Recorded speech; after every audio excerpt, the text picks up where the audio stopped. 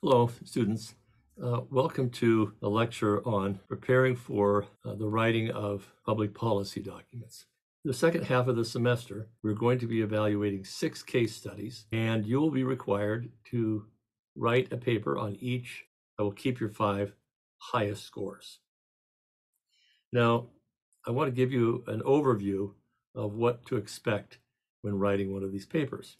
There will be 4 parts.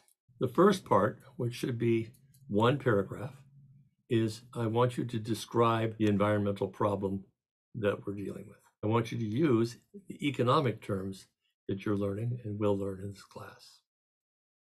But I also want you to explain it so that someone who doesn't understand those economic terms will understand it as well. The second part is to write a paragraph or 2 of what might have caused this economic problem. In every case, you should be able to pinpoint what it is.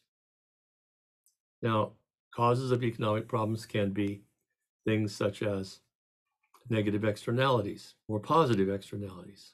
They can be caused by an asymmetric information problem. Anyway, there are a number of different things, and when we get closer to writing these papers, I'll go over these with you in greater detail. The third part of your paper is going to be evaluating the different approaches of how to solve the problem. Now, for the purposes of this class, there are only 4 potential solutions. The first potential solution is regulation. So the government could regulate the situation, and that would mean the imposing of fines, setting of standards, quotas, and these kinds of things. The second approach would be the implementation of a Pigouvian tax. Now, let's talk about Pigouvian taxes. Pigou was quite a famous economist, and his idea of how to address environmental problems up until just a few decades ago was the only real solution that people considered trying to address these problems other than regulations. And what Pigou said was, if we can determine how much cost that person or firm or persons are imposing on the world and on people, we could then tax them equal to that amount. And that would force them to change their behavior. And they would choose the behavior that was most efficient. Pigou also believed in subsidies. So he said you might have a situation in which a party is not doing what they should be doing and could do it better. And so by offering them a subsidy, they can then afford to do it right. So Pigouvian taxes and subsidies. The third approach is the application of the Coase theorem. Now, the Coase theorem is the following. If you have a situation in which there's full information, in which the parties are free to negotiate, and there are low or no transaction costs, and there are well-defined property rights, the 2 parties should be able to negotiate the best solution. Now, where did this come from? This came from Ronald Coase. Now, Ronald Coase was a very tiny little British economist. And by tiny, I mean like 5'1", 5'2", very tiny.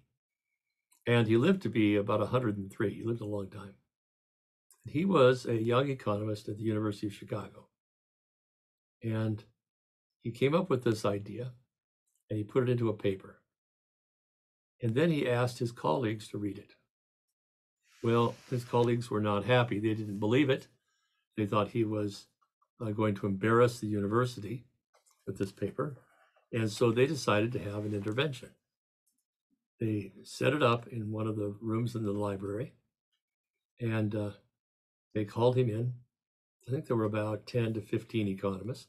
One of them was Nobel Prize winner Milton Friedman. And for the next few hours, there was a very lively debate, almost heated debate, where this tiny little economist was attacked on all sides by these renowned economists. And students gathered around the door trying to listen so he could pick up what was going on. Finally, the doors opened and all of them came out. And at that point in time, every single one of them agreed that Coase was correct.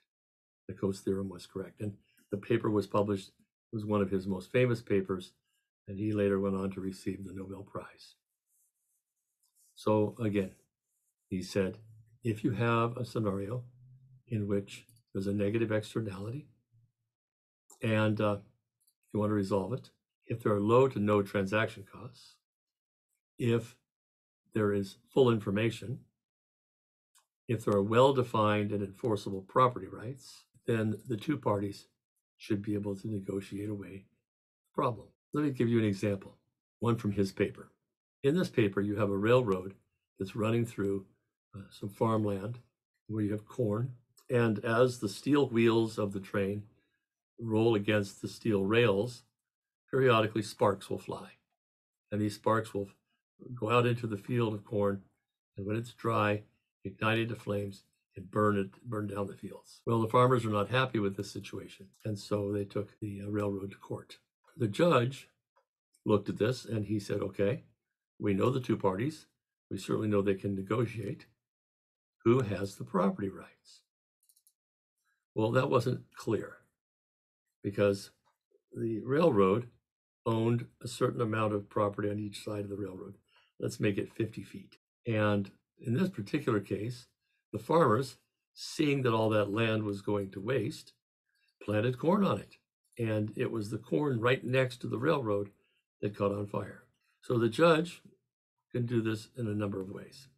First, he can declare that the railroad has the property right, and therefore the farmers are imposing on him. That means that he does not have to be liable. If they don't like it, they can try a number of ways to solve it. First, they could stop growing corn on the railroad's properties. Second, they could offer to purchase rail guards or spark guards to put on the train so that the sparks don't come out and hit the field. So they could go either way, right? Now, the judge also looked at it and said, well, what if I give the property rights to this land to the farmers? Well, now the railroad is imposing on the farmers, and they have the right to sue, and the railroad would have to pay damages. So again, clear property rights, and the two parties can transact, so they should be able to reach a good solution. Well, what is the proper solution? Well, the railroad could purchase spark guards to put on their train, or they could pay the farmers to not grow crops on that land. Pretty much the same solutions as when the property rights went the other way. But what Coe said was that negative externalities are bidirectional. Both sides, both two parties are imposing on each other.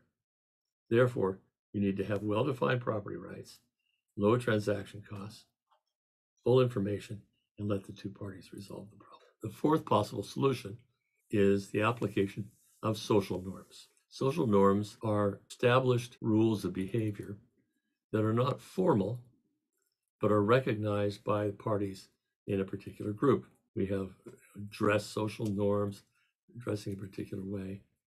We have a variety of different social norms in our society. And by the application of social norms, we can solve many problems. A great example of this was President Johnson's wife, Lady Bird. And she chose as her special project, which all the first ladies do, but she chose for her project littering. Now, at that time, and I remember, the roads of America were covered about 2 or 3 feet deep in trash because everybody would just throw the trash out the window. The remaining bags and cardboards over from having had a burger at McDonald's, right? Throw it out the window. A coffee cup, throw it out the window. An old newspaper, throw it out the window. Nobody did anything, nobody cared. And our streets were filthy dirty.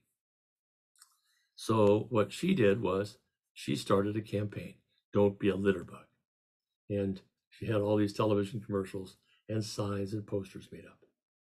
And what happened was the children had discussed this in their classes at school. They came home and said, Dad, Mom, you're litter bugs. Don't be a litter bug. Hold the trash, throw it away. Secondly, they put trash cans in public areas, parks and along roads and so forth. So it's easy to find a trash can. What happened was it worked. And our society cleaned up our streets. We now have some of the cleanest and tidiest roads in most of America compared to the rest of the world. Once that became an established norm, then the government came in and started imposing regulations and fines. But at that point in time, most people weren't littering anyway, so it was just a formality. Okay, so I have given you 4 potential approaches to solving economic problems, and you should be able to find some combination of those 4 things that will become the most efficient. But what you have to do is at the end of this part 4, you have to pick one or more of those as the approach you think should be established for this particular problem. And then you have to describe why you chose those versus the other ones, why they're better. And then you're going to, in part 4, break down the cost-benefit analysis for implementing that. What is it going to cost? And what's the benefit to society now? I don't want you to do a full cost-benefit analysis. That would take a tremendous amount of time and effort. You're going to do one of those in a Monte Carlo simulation, but in these papers, you're just going to describe what you would do, but not actually do it. But that way I know you know how to approach the problem. So take some notes and have this written up as an outline so that when you're ready to start doing your papers, you can follow this as you write it.